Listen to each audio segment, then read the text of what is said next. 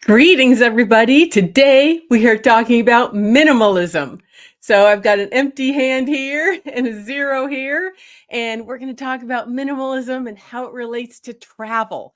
So let me make sure we are live everywhere on Facebook and Instagram and YouTube.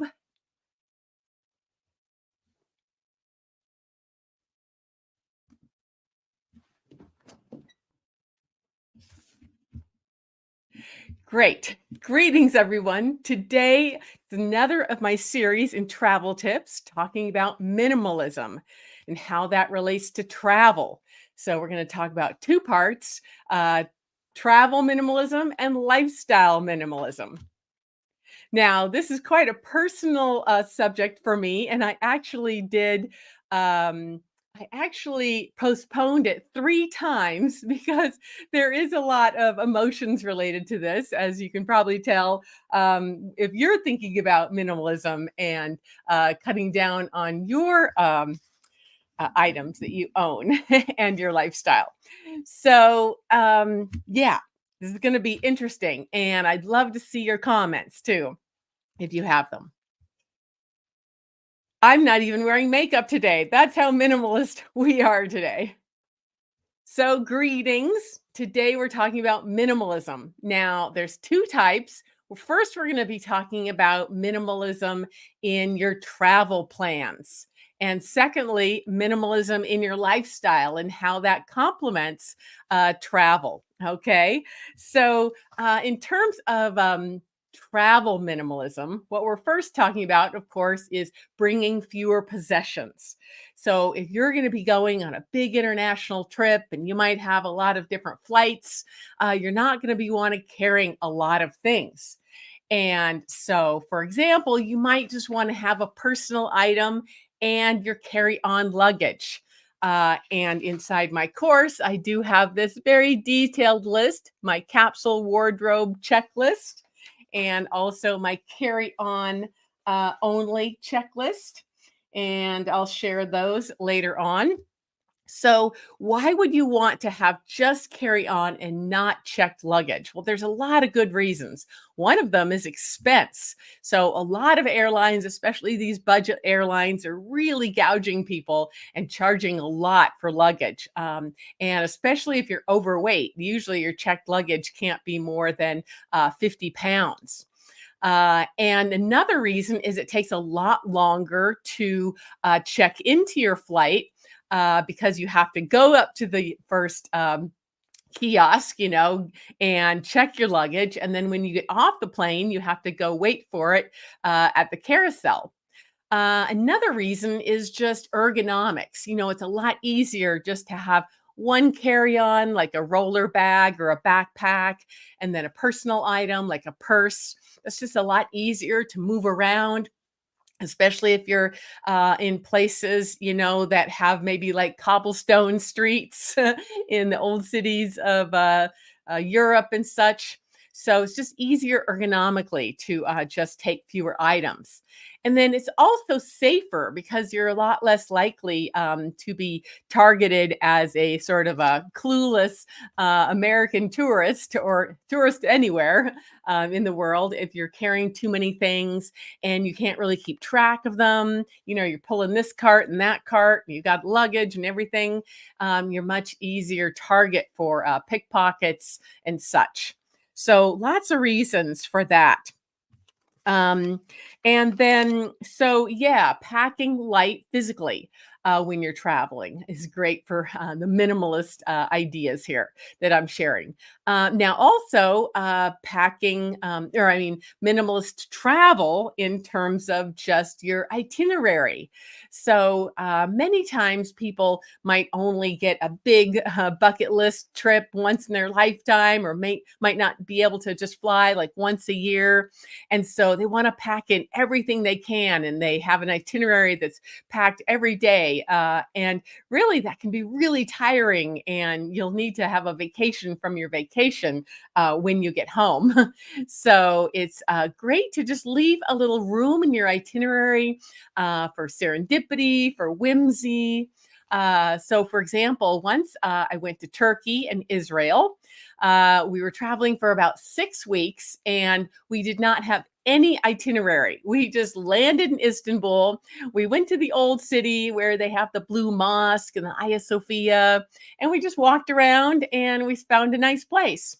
And it just happened that the owners of that lodge knew somebody in the next town, and then the next town, they knew somebody in the next town. And we literally went in a big loop around Turkey for 6 weeks just by the recommendations from the previous lodge. They called ahead and made sure they had room and got us situated.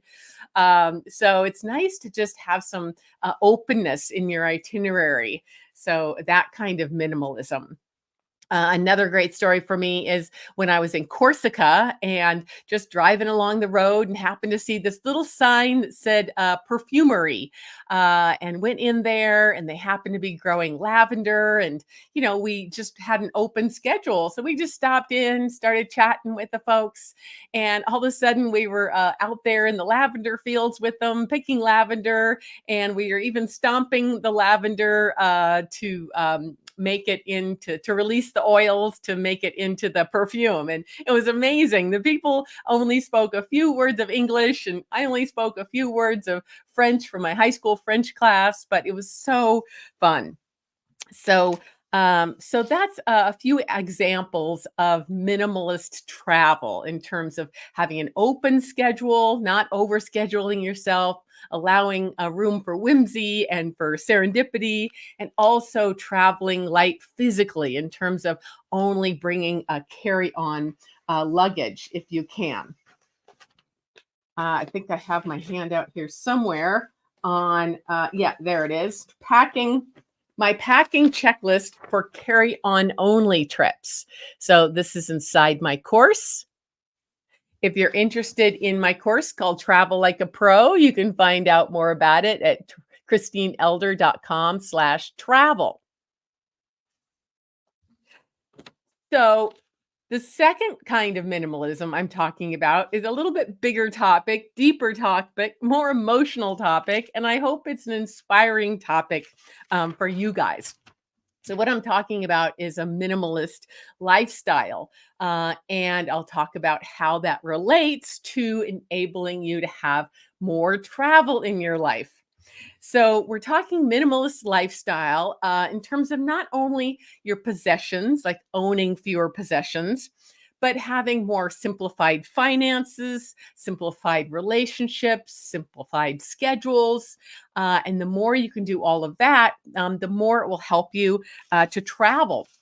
So, if you can reduce your possessions and your responsibilities and your fixed costs monthly, then that allows you to travel more, basically in kind of three different ways. One of them is that you have more money, hopefully, less fixed costs. And so that allows for more ability to budget in there for a trip for traveling. So also just having more time and freedom. So if you don't have as many responsibilities, then you have more time and freedom in your life. And the third is mindset that's sort of related to that. Is if you have fewer possessions, fewer responsibilities, fewer uh, money, financial problems, then you'll have a lot less worry on your mind. Your mind will be much more expansive and open to traveling. So, our capitalist society in a lot of countries encourages us to accumulate and accumulate and accumulate more and more possessions. And then when we do that, we have to have jobs that we work at. Even if we don't like the job, we might have a job just to make the money. And then we have a lot of stress. And then we have a lot of debt. And that's often the capitalist society that encourages us to own too many possessions and be really imprisoned by them.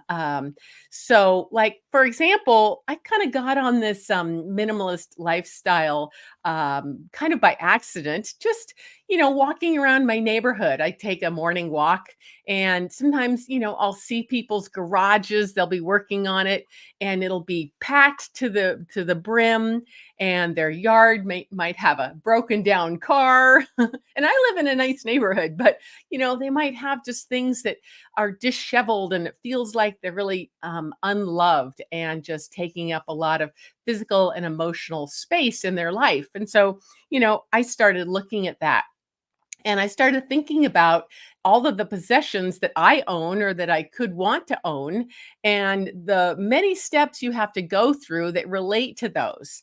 So, for example, if I had a desire, to get a new piece of furniture or something, I would be first having to have that desire, and then spending the time researching where to find it, and then the time going and buying it, and then of course the money involved and bringing it home, then finding a place for it because your house, my house was probably too full already.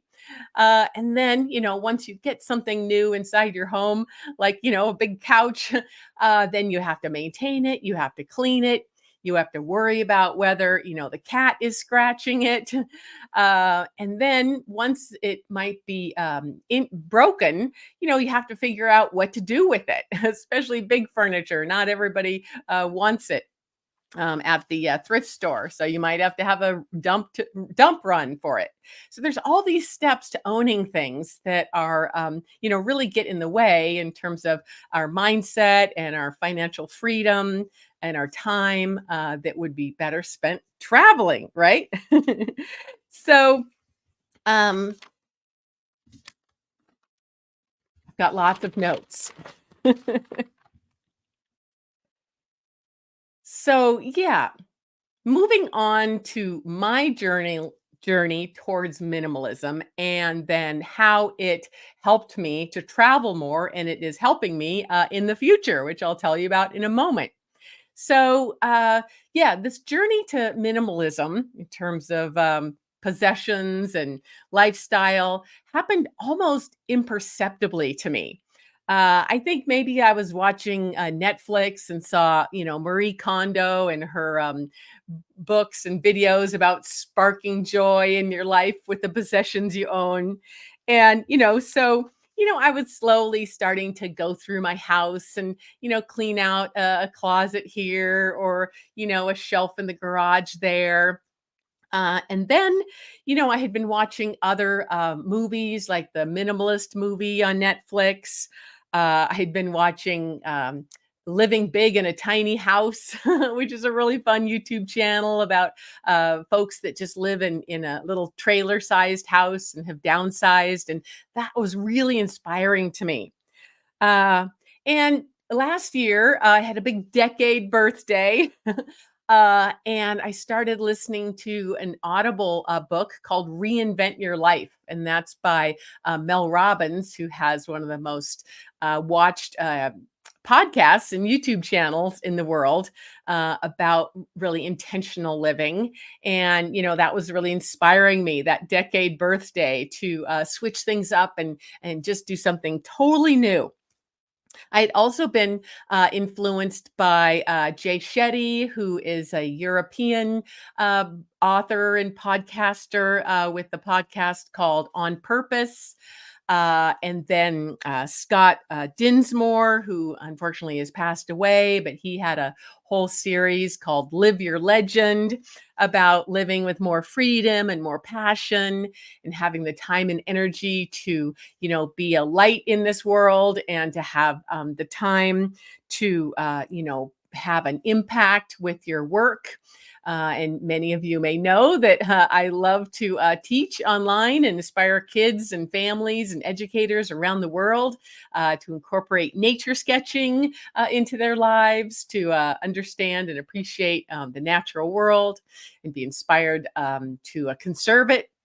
So yeah, so I was, looking to have more freedom in terms of time and financial freedom. I also was following Rami Sethi, who has a book called I Will Teach You to Be Rich, which is kind of a silly title, but it's really great for learning how to simplify and automate your finances in your bills. So I went through that process, which helped me a lot. And so, then lastly, I was watching a video about Swedish death cleaning. Now, I know that sounds depressing, but I was watching it on one of my favorite YouTube travel channels. They're called the Retirement Travelers, John and Bev, and so they had a video about Swedish death cleaning. Now, I happen to be a quarter Swedish and I'm also Irish. So, I'm from that Northern European area. And, those folks are really pragmatic and practical and they like to have things kind of clean and sort of feng shui. And so they go through this process of going through their things really before you're too old to. So, Swedish death cleaning. Again, it sounds really morbid, but it's the concept that you don't want to leave a lot of things for your kids or grandkids to go through when you pass. Not only physical possessions, but all kinds of paperwork and legal issues. So it's a gift you can give to your kids. Now, I don't happen to have any kids, but I really like that concept. And also, I found that the process of going through my possessions gave me a chance to really appreciate them. I touched each possession, whether it's a book or a letter from my father who's passed away, or a present. Everything I touched and I looked at and I appreciated, and I brought back that memory for that item. And so a lot of people never get a chance to do that. They get to our age or 70s or 80s or 90s, and maybe they have dementia or they're in a nursing home or they die unexpectedly, even young, dying unexpectedly, and they never get a chance to really look through a life's worth of things and appreciate them. So even if you're only 30 or 40 or 50, you probably have things that have been in closets or garages that you're going to look through someday.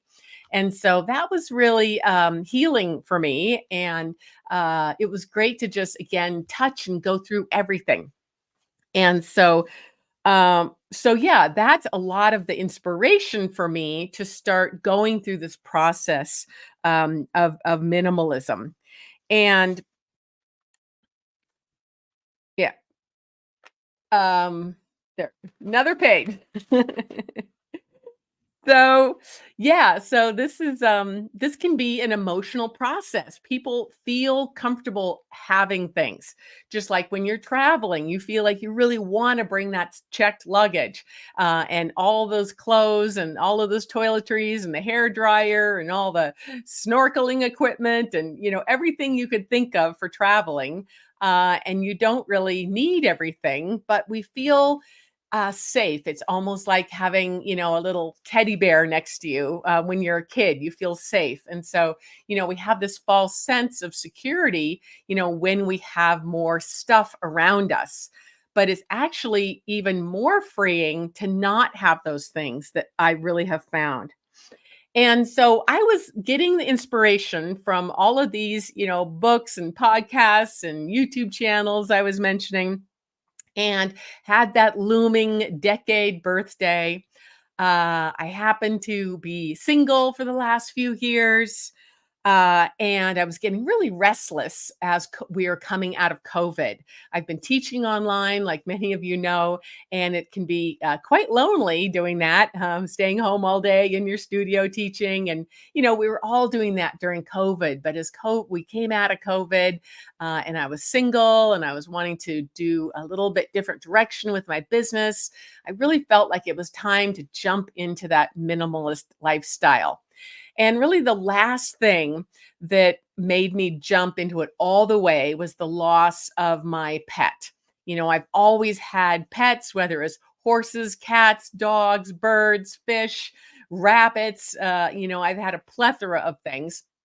And my last pets passed away this spring.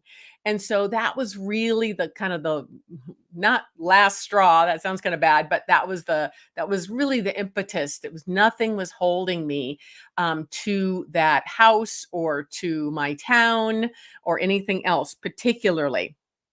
And I was also wanting to reduce my stress. So, having a minimalist lifestyle and minimalist travel style really helps you to reduce your stress. I had, gone to my doctor for my annual physical, and they said, "You have high blood pressure all of a sudden." And I'd been developing some nervous tics, and it just was, something I really needed to release a lot of that stress around maintaining a big three-bedroom home by myself, and all the expenses that go with that. And so I was really, this last couple years really craving more connection, more meaning in my life, more purpose, and feeling that if I had more streamlined minimalist lifestyle, that I could do that. And I also find that I have ADHD. My doctor was trying to prescribe some drugs, but I just want to treat it on my own. And I noticed with my brain that if my surroundings are too cluttered with too many possessions, my brain is always switching around, feeling like I have to deal with all of those things. And that made me realize one of the reasons I love travel. Now there's lots of reasons to love travel, but one of them that was surprising was that I realized I love travel because when you just have, your personal item and your carry-on, your roller bag, and nothing else, and you're just, living out of a suitcase, basically, it can be really freeing. You're not cleaning a house, and you're not feeding a pet, and you're not worrying about the neighbors or anything else. You're just traveling, and you have your whole life just in a little suitcase. I think that's also why I love backpacking. And so, all of those things were inspiring me to move towards more of a minimalist lifestyle. So I started doing some spring cleaning, using, Marie Kondo's KonMari method, she calls it, where you look at everything in your life and you're saying, does this spark joy? And if I use this in the last 6 months or the last year, and if I haven't, let it go. So, it was really imperceptible. I had a little yard sale. Then I started donating a few things to the thrift store that benefits my local humane society. I gave some camping equipment to the homeless shelter and the veterans organization, and just, really, really small things. I started gifting some things to my friends as well. When I went home for my annual trip for my birthday, I decided instead of me getting gifts that I was going to give gifts. And it felt so good for me to know that people were appreciating the things that they would have gotten, after I died. And that's part of the concept, again, of Swedish death cleaning, is that you want to give your heirlooms and things you love to the people in your life, and really knowing that they want it because you're still alive, and giving them the freedom to say, no, that probably wouldn't work for me. Maybe give it to, my sister or the cousin or the neighbor. And so, really knowing that people are valuing and appreciating things, and that you're not, laying on your deathbed, wondering if your kids or grandkids are going to appreciate that, 75-year-old dresser that you inherited from your grandmother, right? Um, and So I gave my rock collection to a friend who's got a beautiful garden, and she put the rocks in a circle around some flower beds. I gave my bird feeders and some bird books to another fellow bird enthusiast. And so, kind of on and on, these people were having these things and appreciating them while I was still alive, and I could get that joy in knowing that. And so, I've really found, um, that there's, a lot of things I've learned from becoming a minimalist. And the very last thing I did actually was I had given away and sold so many things on Facebook Marketplace and donated and yard sales and all that that I had hardly nothing left in my house. And I thought, well, why don't I just take a leap and let go of my house? And that's what I did.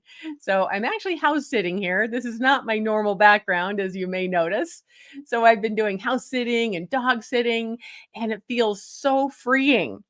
So, I have learned a lot in this process of downsizing and extreme minimalism, and I don't expect other people to be able to do it. And it certainly wasn't a dream that I had even 6 years ago or any time in my life. I'd always had the dream that I was going to settle down, have a cute little house, a cute little yard, lots of pets. And that certainly was a dream that I realized for several decades. Um, but it's been surprisingly freeing. So, yeah, I've learned a few things that were surprising in this process. And one was I'm surprisingly freed from my possessions. I don't miss, all the things I gave away. I don't miss my house. I do miss my pets, but they passed away naturally. So there was nothing I could do about that. So it hasn't been the emotional process that I thought it would be, partly because it was just so natural and organic the way it happened and continued to happen. And as I'd mentioned before, the process of going through all my belongings and really touching every single thing, appreciating them, having the memories, and then letting them move on was again healing and surprising. Another thing was that my friends were really supportive. A lot of people, I think, worry if their friends and family are going to be on board with big decisions, whether change partners or change jobs or change cities or become an extreme minimalist like me. You would think that people might be judgmental, but they haven't been. They've been super supportive and even maybe a little bit inspired. I think a few friends of mine started cleaning out their garages, and I was helping them, giving them advice on how to do that. So, I have a few tips. You've probably gotten a few tips from listening this so far, but I have a few tips for if you want to, again, think about traveling minimally and living a more minimalist lifestyle. As I said, inside my course, I have a list of a packing list for just carry on only luggage, no checked bags, and ideas for a capsule wardrobe. And so those kind of things inside my course, Travel Like a Pro. But yeah, I have some tips in terms of minimalism in terms of lifestyle. So the one number one tip I think is that you first have to have this sort of vision and dream for what you're doing because it can be quite emotional. So if you have a vision of, like me, I really want to go to Africa and Australia, and I want this life where I am contributing more and working with people around the world to spread the love of nature sketching and journaling and wildlife conservation. So having a dream that will help propel you. Just like when you're trying to maybe get in shape, you have to have a dream about that, why you want to do it, what's motivating you, and that helps a lot. Um, and so you can start really small if you're reducing your physical possessions. It can be emotional to go into your garage and just be like, "Oh, I can never do this." But you could start with just maybe your junk drawer in the kitchen. We all have one of those, right? And then move on to maybe like a closet in a spare bedroom, that kind of thing. Um, and then, start kind of examining all aspects of your life. Think about your day as you go through the day from morning, noon to night. What are the activities you do? What are the actual physical possessions you use and appreciate every day? What are the steps you do in life? And how you could streamline some of those. Like I did mention streamlining finances. So, like I've put everything on automatic bill pay and online banking. And so it's really easy for me to travel wherever and know that my bills are getting paid on time. And so, streamlining your finances, streamlining your mail. If you get a lot of junk mail in your mailbox, in your out in your out on the street, or if you get junk mail, here on the internet, starting to clean that off. Just tiny things to simplify your life. Even your haircut, like sometimes I think it would be fun to have bangs, but I realize if I had bangs, I'd have to find some place to get a haircut every 4 weeks. And now that haircuts are $75 each, I'd rather spend that money traveling. And also thinking about your yard, that's a big way that we spend a lot of money. I'm looking out at the yard right here, and we have some beautiful California quail singing out there. But there's a big lawn, and think about how much time you might spend on your yard doing lawn maintenance. Maybe you could turn your lawn into a native garden. I know a lot of towns, including our town here in Bend, Oregon, is giving monetary incentives for people to switch over from high maintenance, water thirsty lawns to more low maintenance natives, which are, of course, are good for the native wildlife, like those quail that are chirping away out on the lawn out there. Also think about your responsibilities and what you can cut down on. Maybe you're on several boards of directors that you feel like are a waste of time, or maybe you do other activities that don't utilize your time well. And considering what you could rent instead of own. In here in the United States, we're encouraged to buy everything. Like we don't need to maintain, $100,000 RV when it's just going to be sitting in our yeah driveway for 12, no, 11 and a half months of the year. So think about what you can rent instead of own, especially if you're going to only use it for a few days or a few months. You can well, many of us have pets. Of course, almost all of us have dogs and cats, and I'm not suggesting you give those away. Like I said, the main reason that I continued on this path is that my last pets passed away this last spring, and that's what made me go full on to the extreme life. But consider not getting any more pets as your pets maybe pass away, because they are a big commitment and a big worry when you travel. Think about how hard it is to find a good pet sitter that you really trust, and also how expensive it is. So, the more you can reduce your responsibilities and your worries while you're traveling, the more free you are to really enjoy that and be in the moment. And getting rid of things that you have just in case. We have a lot of those things in our house that we might just need. And that if you haven't used something in a whole year of spring and a summer and a fall and a winter, you probably, might not need it ever. And remember, it feels really good to pass those things on, to pay it forward, because when you gift things and thrift things and sell things, someone new can really appreciate those things.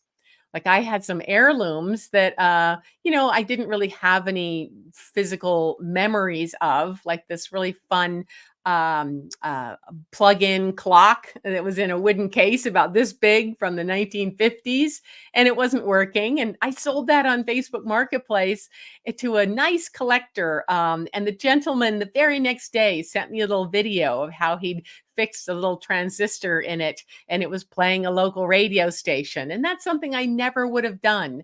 And I would have let that sit in my garage without being used or appreciated, probably till the day I die.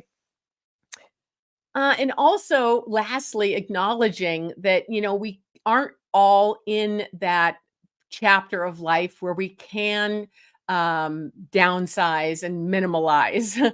Many of us have families that depend on us, and some of us are kind of squeezed between having kids to take care of and maybe grandkids as well as parents. So, it's very difficult to find the time and energy to downsize.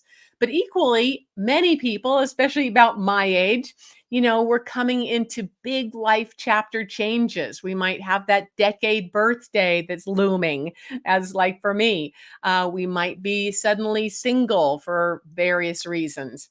You might be an empty nester and all of a sudden be free to travel. You might have had a death in the family or with close friends that makes you really reevaluate how precious time is, and that we don't have all the time in the world to take that big bucket list trip.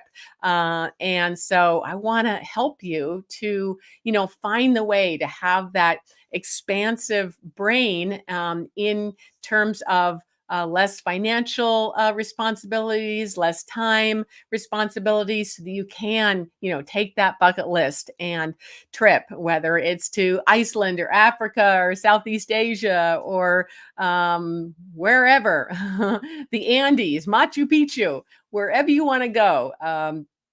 And so, I want to help you do that by thinking about those ways you can minimalize. Okay, I'm losing my voice. So I'm going to get going. Hope this was helpful. Bye bye.